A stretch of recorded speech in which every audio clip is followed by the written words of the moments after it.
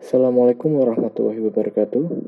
Perkenalkan, nama saya Ahmad Haris Setiawan, NIM 175101126 dari kelas Analisis Sekuritas H.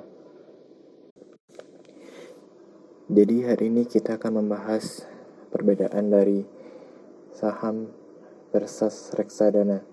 Jadi ada 5 poin yang akan kita bahas. Yang pertama itu adalah perantara, yang kedua adalah imbal hasil, yang ketiga adalah risiko, yang keempat adalah pembukaan rekening, dan yang terakhir adalah pajak. Oke, kita akan membahas poin yang pertama, yaitu apa perbedaan saham dan reksadana. Di sini kita akan membahas tentang perantara. Yang pertama adalah saham.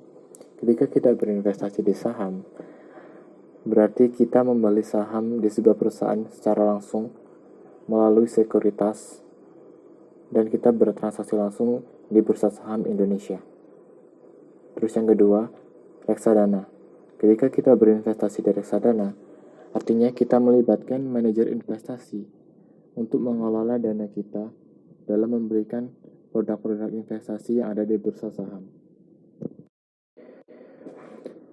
Selanjutnya, kita akan membahas tentang imbal hasil. Ketika kita berinvestasi di saham, kita akan mendapatkan dua jenis imbal hasil atau keuntungan. Yang pertama adalah capital gain, yang kedua adalah dividen. Selanjutnya, ketika kita berinvestasi di reksadana, kita akan memperoleh keuntungan. Biasanya manajer investasi akan langsung memutar kembali keuntungannya sehingga dapat menambah nilai aktiva bersih per unit penyertaan reksadana tersebut.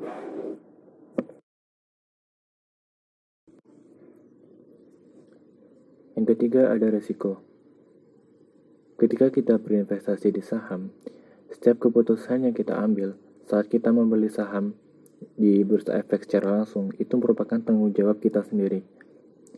Waktu pasar sedang turun, atau mungkin perusahaan yang kita beli sedang mengalami kebangkrutan, itu merupakan resiko kerugian yang kita ambil ketika kita berinvestasi di saham.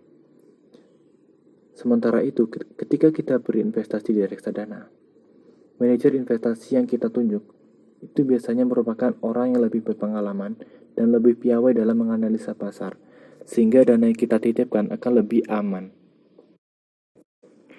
Yang keempat, ada pembukaan rekening. Di saham, kita biasanya membuka rekening melalui perusahaan sekuritas.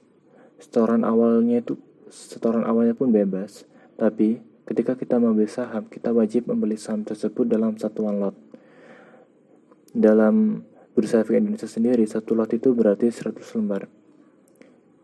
Selanjutnya, ketika kita berinvestasi di reksadana, itu akan memungkinkan kita untuk membeli suatu portofolio atau investasi dengan modal minim, seperti 100.000 untuk sekali setor. Dan terakhir ada pajak. Ketika kita berinvestasi di saham, tentunya kita akan terkena pajak final yang dibebankan kepada setiap investor sebesar 0,1%, atau kalau kita menerima dividen, kita akan menerima pajak sebesar 10% dari total dividen yang kita terima. Sementara itu di reksadana sendiri, keuntungan yang kita peroleh tidak termasuk dalam objek pajak, sehingga imbal hasil tersebut mutlak milik kita. Jadi kalau di reksadana itu murni, kita tidak kena pajak sama sekali.